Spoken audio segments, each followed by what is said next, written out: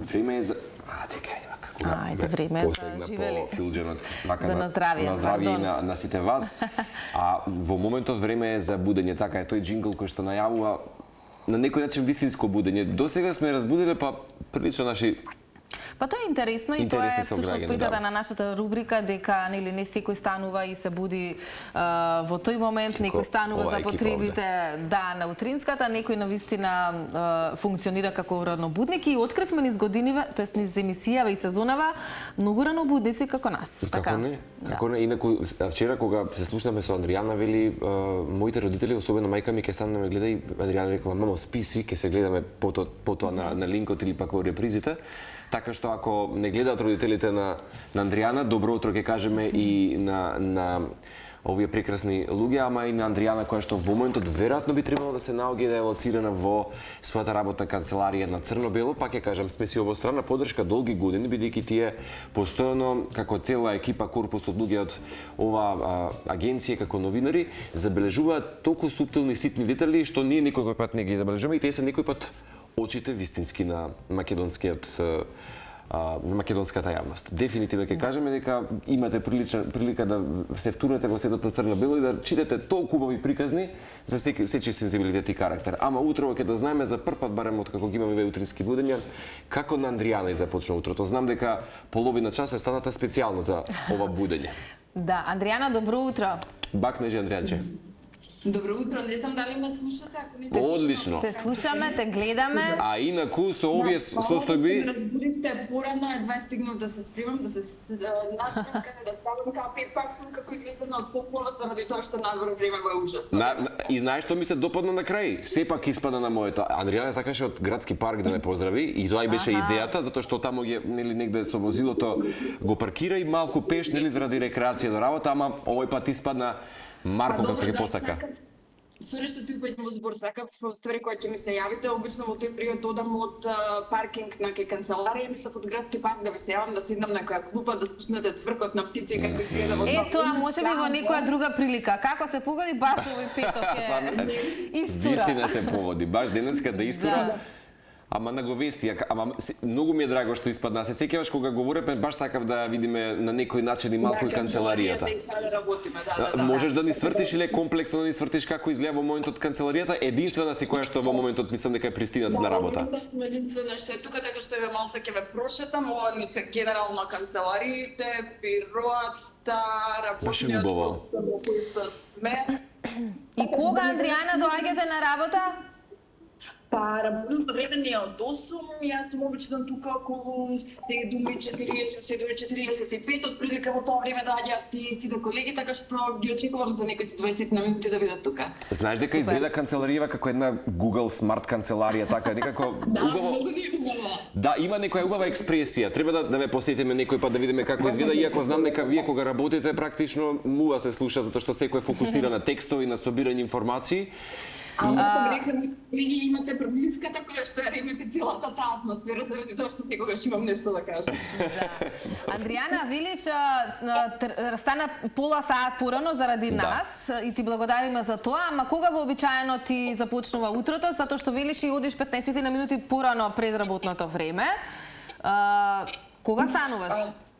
Знаеш како, сега веќе кога сум на работа од понеделник до петок станувам некаде околу 10 за 7, заради тоа што ми требаат 20 на минути од парк да испешичам до работа. Нас не се канцелариите покрај универзална сала. И ми треба 10 на минути да се спремам дома и после едно 20 на да стигнам до канцеларија 20-25. А кога не сум на работа, знам Бога ми да се поспијам и до еден и пол, пошто А инаку мислам дека е најкритична зона за наоѓање и лоцирање на паркинг простор во овој дел каде што си ти и знам дека што паркирам и треба време. И треба време. Малку тешко во центар да се најде некој место за паркинг. Андријана, кафето го пиеш дома сама, додека се спремаш или сама во канцеларија или со колегите кога ќе дојдат? Го почнувам сама во канцеларија, го продолжувам со колегите заради тоа што стварно дома ми треба 10 минути буквално да се облечам и да излезам низ врата. Не сум некој тип што не може да функционира без кафе, од друга страна додека не испијам 2 кафиња, нема доручек, нема ништо, значи 2 кафиња е утринската доза и после тоа се како што треба. Да, во моментот гледаме убави фотографии, баш онака од твои бројни интервјуа, твои патувачки приказни и секој пат сакаме да влеземе нели во светот на една животна приказни на наши колеги, пријатели, другари, а потоа и ќе видиме некои фотографии, нели апропо Евровизија, бидејќи нели тоа е сега во фокусот, па намерата ни беше многу одамна нели да направиме овакво утринско будење, ама се некако се случуваа состојби некакви како што не можевме да те вклучиме поради твои работни обврски и така натаму, ама еве, со одбета на денеска терминот и датумот, именно прво да те прашаме кога доаѓаат останатите колеги сега Црно-бело, ќе ги начекаме? Нека 8, така? Па може ќе ги начекаме со оглед на што ќе те искористиме да збориме малку и за Евровизија. Само да видиме дали утрово мама и тато не гледаат или спијат. Јас им реков да спијат и дека Марко ќе мора да го постави на YouTube одма видеото, за да може да им го пратам, заради тоа што сакаат да станат, ама ти ги знаеш какви се. Ете, нели, гледачите не знаат, ама јас ти се дружиме приватно, така што ми знаеш мама и тато и јас твоите. Така е. И ќе ги поздравиме, да, еве, пак вака да им упатиме, ако не гледаат, можеби на линкот. Со Цеца секој пат сакаме некако и со целата екипа, знаеш да ја обработиме Евровизија, ама мислам дека најубаво искуство имаш ти, една од можеби ретките дами кај нас новинари кои што долги години се бавеше и ќе посетиме за оние кои што можеби подзаборавиле, дека ти повеќе од 2 децении, ако не и повеќе ќе ме поправиш, беше и уредник и новинар во познатите тогаш списанија на Та, на Тој, на Комплетна. Под псевдоними луѓето те препознаваа некогаш не, ама правеше вистина добри истории, некогаш добри тестови, истражувања, рецензии. Денес се смени навиката нели за пишување, мора да се биде брз, автентичен, уникатен со оглед на тоа дека нели дигиталната ера и особено вие како новинари во пишаниот медиум успеавте да некако останете агилни и да ги направите тие можеби ваши вештини и тука брзи, прецизни, доследни за публиката. Црно-бело е еден од можеби најчитаните сајтови кај нас во Македонија и во една прилика ти ми кажа дека дневно треба да поставувате сигурно до 8-9 текстови автентични, уникатни. Не, дневно на нашиот сайт излегуваат меѓу 15 и 20 текстови. Дневно? Да, дневно излегуваат меѓу 15 и 20 текстови на нашиот сайт и се тоа работи кои што нели ние како новинари ги правиме, точно не е тоа копипаст новинарство, заради тоа што не го сакаме тој начин на работа, сакаме секогаш да сме поразлични од останатите, сакаме да бидеме први, меѓутоа сакаме да бидеме и релевантни, заради тоа секогаш се истражуваат и приказните на кои што работиме, бараат информација од неколку различни извори, значи буквално не се става информација која што не е проверена. Од друга страна сакаме да споделуваме и работи кои што другите портали ги немаат, како што на пример, не знам, какво е уредувањето во домот на обичните македонци, како изгледаат некои убави запросувања или свадби кај нас. Сакаме да третираме теми кои што другите медиуми едноставно не ги третираат и на тој начин да се издвоиме. Имаме рубрики од типот на, не знам, лексикон, каде што познатите не одговараат на лексиконски прашања, не раскажуваат какви биле во детството, односно во тинеџерските години, потоа познатите македонски татковци, каде што не раскажуваат за своето искуство во, не знам, во одгледувањето на собствените деца, љубовните приказни на познатите македонски парови. Има се и се што може да се најде на нашиот сајт. А кои се сериозно најчитани теми, области, ви ти спомена некои препознатливи рубрики можеби за Црно-бело. Знам дека нели патувачките приказни, барем од тоа што си ми споменала, секој пат се добро прифатени од публиката за да влеземе некој пат во чевлите на другите, како некои други дестинации ги доживеале, па и да не предизвикаат да ја посетиме одредена земја. Ама што е најчитано денеска во ова ново дигитално брзо време? Марко, во моментов не можам да ти кажам што е најчитано, заради тоа што тоа се работи кои што се менуваат исто така секојдневно. Тоа што е актуелно, желбите на публиката се менуваат, обично, например, се чита многу за личности за кои што одамна јавноста не знаела ништо или, например, за личности кои што се актуелни направиле, односно ни откриле нешто поразлично за нив. Така што навистина дневно ниво се менуваат работите кои што се во категоријата најчитани. Андријана, низ фотографиите кои што ги гледаме, видовме тебе со многу победници на Евровизија. И тоа е само показател дека низ годиниве навистина си имала можност да следиш многу Евровизии, буквално од лице место. Која е последната Евровизија на која што беше и потоа некако ќе се надоврземе на ова последново случување 69-то поред, некако да ни го прокоментираш од повеќе аспекти. Последната Евровизија беше многу одамна во Москва во 2009 година. Првата беше во Истанбул во 2004 со Тоша, последната 2009 со Next Time, а вкупно беа 5 Евровизии на кои што бев, вклучувајќи ги Атина 2006, 2007 во Хелсинки и 2008 во Белград. Така што и од она што го гледам на телевизија, и од она што го гледам на сцената, меѓутоа и со колегите и со евровизиските фанови кои што одат, да речеме, се уште на Евровизија, работите се таму многу сменети и во однос на организација, и во однос на дружење, и во однос на контакт со, не знам, изведувачите кои што се таа година нели актуелни. Меѓутоа Евровизија е едно преубаво музичко случување кое што, да бидам искрена, би сакала барем уште еднаш во животот, во кариерата, да го видам во живо и да присуствувам на некој голем настан, заради тоа што има магија која што не се опишува, пак таму да живее. Како ќе ни ја прокоментираш оваа последнава? Утре ни очекува финалето, вчера се случуваше втората полуфинална вечер и покрај тоа што не си нели физички таму, сепак како новинар остануваш низ годиниве да ја следиш Евровизијата, па еве каков е твојот коментар или став, затоа што споменавме и ние тука во студиото и ти сега дека во комуникација со останатите евровизиски фанови се коментира и се зборува дека навистина многу од работите се сменети, некои на подобро, некои за жал на полошо. Па каков е твојот впечаток? Првиот впечаток после првото полуфинале ми беше дека ова е најверојатно најлошата Евровизија во последните 10 години.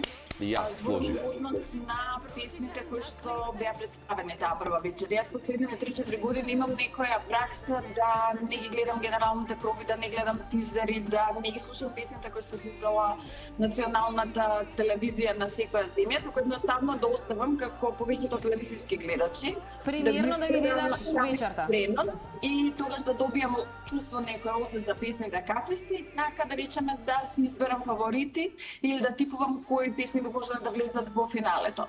Меѓутоа, она што го видов годинава ми беше вистинско разочарување во однос на песните. Сценските настапи беа одлични, швеѓанка се погрижиле премногу. Да, тие се, ако не се лажам, и фаворити за победа. Швеѓаните, сега да кажем швајцарците се погрижиле околу сценските настапи, продукцијата и визуелниот изглед и сцената и се, меѓутоа, например, водителките ми се премногу здравени и стерилни и не ми се допаѓа нивната енергија на сцената, за разлика од минатогодишните кои што беа фантастични. Мислам дека би ги гледала само водителките лани, дури песните не мораше да се испеат, нели, изведнаш. Дали минатата година беше Петра Меде по не знам кој пат, така беше? Да. Да, мислам дека се појави годинава како специјален гостин во првото полуфинале, меѓутоа, од друга страна, годинашните водителки се навистина некако престерилни за Евровизија. Песните се, јас од првата вечер не се сеќавам буквално ни една песна, впечаток со енергијата ми остави представничката на Албанија, иако и незината песна, да речеме, во моментов не можела да ја запомнам и да испеам некој рефрен. Мислам дека вчерашната вечер беше за нејанса подобра, барем во однос на песните имаше некоја певливост, некоја поинтересна, повпечатлива музика и добри сценски настапи, но искрено не очекувам нешто премногу од финалето и не очекувам дека годинава ќе избереме песна која што после 10 години ќе слушаме. Тој сакав да кажам, низ сликиве што ги погледнавме, го видовме Сакис, ја паметиме песната од Грција, го видовме Александар Риба, да не грешам. Да не забораваме и Тоше, така. И многу други кои што чисто песни навистина се уште и после 15 години барем нешто од рефренот ќе знаеме да запееме. А последниве години некако не ни ги паметиме. Па, ретко, да. Да, овој период кога многу повеќе се вложува во сценски настапи, во костуми, во изведба, во што повеќе ќе, уствари која земја како шоу ќе направи, а песните некако како да влегуваат во втора, во позадина, да. И ми се чини дека годинава, не сум сигурна, пак не ќе треба да го преслушам утре што ќе понапред на финалето, меѓутоа ми се чини дека годинава не влезе ниту една балада. Или можеби има една-две балади кои што влегоа, и ако имаше, например, според мене, неколку убави балади. Генерално и зимите инсистираат на побрзи песни кои што ќе им дозволат некакво шоу на сцената, оваа година се фокусираше некако во тој правец. Во однос на песните што ги спомна, сега мора малку да одолговлечам нели со муабетот. Во однос на песните и рефрените што ги спомна што се слушаат и по 15 на години. Се сеќавам дека во времето кога јас одев на Евровизија, имаше евровизиски клубови. Тие постојат и сега, меѓутоа во тоа време во евровизиските клубови можеше да влезе секој новинар, изведувач, евровизиски фан, луѓето од делегацијата, дури можеа да се купат на некој место и билети за обичните луѓе да дојдат и да осетат таа атмосфера. И во сето тоа, интересното беше што постојано се пушта евровизиски хитови и рефрени. И јас не се сеќавам дека поминала песна која што не ја знам, заради тоа што мислам дека за среќа пев на самата Евровизија во некој од најубавите години кои што постоја и кога се испеа најубавите песни на Евровизија. И секој се пуштало во тие евровизиски клубови било хит. И знам дека на пример години потоа доаѓаа луѓе и велеа каде е Елена, кајте да ја слушнеме ни на најне. Не сеќавам колку пати ни на најна, например, сум ја слушнала на тие забави. Значи, тоа се песни кои што ќе останат и кои што ќе се паметат и 15, и 30, и 50 години после сега, заради тоа што навистина се правеше квалитетна евровизиска музика. Да, и мора да признам дека вчера читав некои статистики, податоци кои што се поврзани со Евровизија, не знам дека зелената боја била лоша карма, а дека Katrina and the Waves некогаш во 90-тите победиле со зелена мајца, ама генерално дека да речеме носи лоша среќа и такви некои работи, меѓутоа најдов на информации. Покрај тоа што не знам дали ќе се сложиш и покрај тоа што можеби е полна со контроверзии, политики, нели добрососедски или недобрососедски односи и така натаму, растот на популарноста како културен феномен понатаму расте. Вчера читав некои податоци дека 200 милиони ја следеле Евровизија минатата година, вклучувајќи секако тука и околу 7-8 милиони на социјалните медиуми, така што се уште е некаков културен феномен во светот. Дигиталните медиуми се го прават своето пред некој како промоција можеби, да. Меѓутоа, што велиш, најголемото музичко шоу кое што постои во Европа и мислам дека вчера не знам дали го следевте во самиот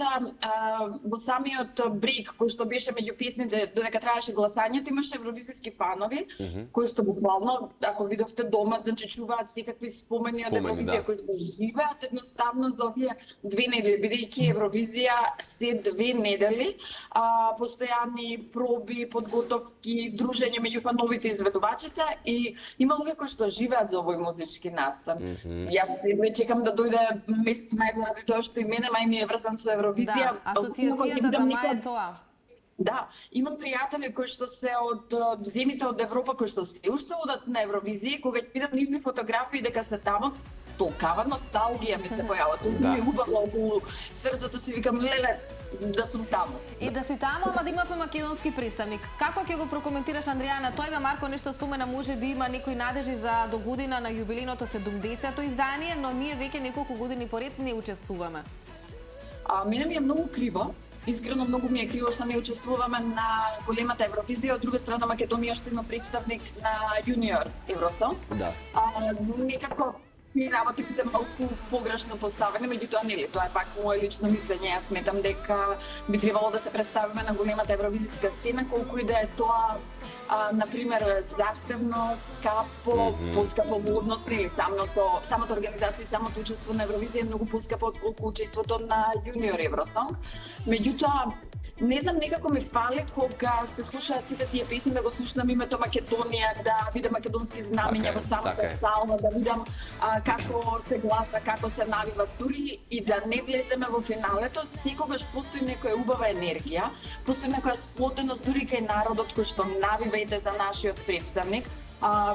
Би се огледали избран на, не знам, на фестивал, би се огледали македонската телевизија го направила самиот избор, нели како организатори на Евровизија за нашата земја го има тоа право. Таа некоја сплотеност, таа некоја упорија која што постои, мене ми е совршена. Пак ќе кажам, без оглед на крајниот пласман, иако дека нели кај нас ако не влезеш во финале, најчесто по представникот се фрла и со дрве и со камења, колку што го воздигнуваат пред да замине на Евровизија, толку се ајде да речам, плука по него, од кога ќе се врати назад, многу ми навелат, можеби никогаш не требаше да одам заради целиот тој притисок и не знаат во каква приказна се впуштаат, а од друга страна тоа е на толку во момент кој што останува за цел живот, за цела кариера, заради тоа што кога во друг случај би се нашле на такава голема сцена и би пеела пред 200 милиони луѓе. Те Марко кажа дека лани околу 200 милиони луѓе. Кога 200 милиони луѓе ќе слушнат дека постои Македонија и дека ова е представникот од Македонија и ова е песната, односно музиката која што ја представува таа година. Така што се надевам и јас дека до година ќе имаме представник. Да, нешто се спомена, националниот сервис нешто спомена дека веројатно поради јубилеот и поради тоа што не учествуваме неколку години, веројатно треба да се вратиме. Доволно што спомена да се види македонското знаме, да се слушне Македонија на тие национални сервиси широм светот, бидејќи некој огромна промоција. Да, и ќе се предизвика некој ќе рече чекај да ја посета Македонија. Да се редат 12-ките за Тамара. Апсолутно. Беше Македонија, Големска за Македонија. Тамара беше еуфорија, сите верувавме дека Тамара ќе победи, потоа нели. Но жирито буквално не крена, значи цела нација беше во еуфорија. Прекрасно. Да те прашам, еве уште нешто, рече си пред да се одјавиме, ако направиш еве така нека компарација и така натаму, иако споредбата е најлошото нешто, ама сега бидејќи стана збор за Евровизија, па може да го направиме и да го сториме тоа.